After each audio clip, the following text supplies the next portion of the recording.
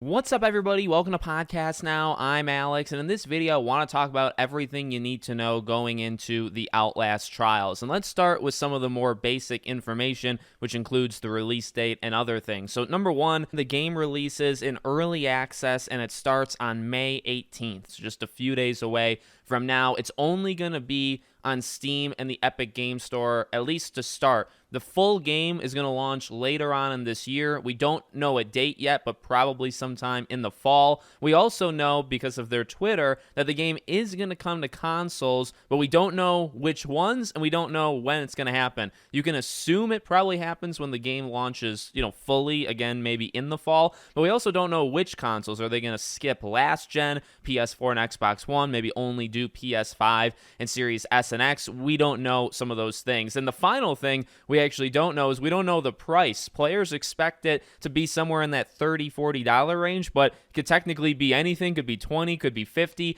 There is no price. As of May 16th, so just a few days before this thing launches, we don't know the price. This is a game that you can play by yourself, and they do stress this. You can play it alone, or you can play it with up to 3 other people, so you would have a team of 4 players. There's party chat functionality, so you can talk to people when you're inside the actual levels, and in fact, they do that cool thing that some horror games do where when you're close to each other, you can hear each other. The further you get from each other, you're not going to be able to communicate. So if you want to talk to people, you're going to have to be very, very close to them. And so, well, what is this game? Well, it is very much Outlast, and you're going to be starting the game, at least after the tutorial, you're going to be in this hub world, right, where you're going to be able to go around. You're going to be able to actually run into other people playing the game online. This is where you'll go into the missions. You'll pick your perks, but it's also a place where a lot of the story is going to kind of be fed to you through the intercom and just through other NPCs that talk. You can do things like arm wrestle, like small little side activities, but the bulk of the game is obviously in the actual missions. And these are, levels, Outlast levels that you would probably imagine they would be.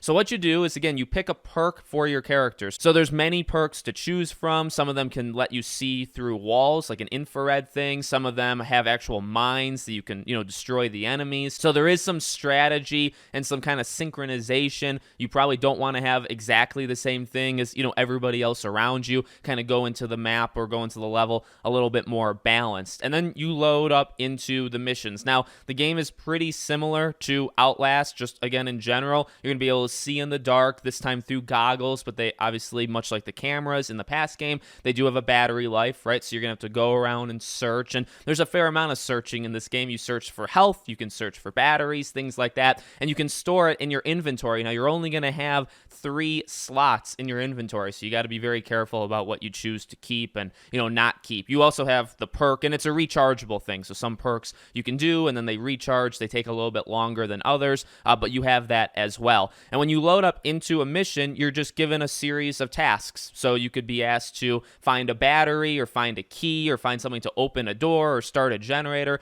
things like that, and you work your way organically throughout the level. And the level, again, kind of feeds you a story and a situation that's happening. You'll see events that are happening with, the enemies that you're going to eventually have to run from. Maybe they're taking out or killing an NPC right in front of you, or the lights shut off on you, things like that, to kind of get you on edge. And now, again, because this game can be played solo or with other people, there is teamwork. I don't think you have to do it. I can tell you, when I played the closed beta a few months back, it was heavily, kind of pushed. Like, you absolutely should, and you probably have a better time in this game if you are working with others. But again, maybe what that means is you divide and conquer. If you're trying to start up 3 generators, maybe you each go to like 3 different areas. And the maps are pretty big. You can actually, at least I did, can kind of get lost in them. And again, that communication with teammates, you can only do it if you're kind of close to them. So if you get really split off, and then especially if you find enemies, very difficult to fight them, again, depending on the perk that you have. So a lot of it's going to be stealth, hiding, and just, trying to avoid things. I don't believe, at the time I'm recording this at least, that we know like how long the game is or how many levels that the game has. There are different difficulty levels. I know that, at least for the levels that were in the closed beta. So the game, honestly, to me, seemed like a lot of fun when I was playing it a few months back.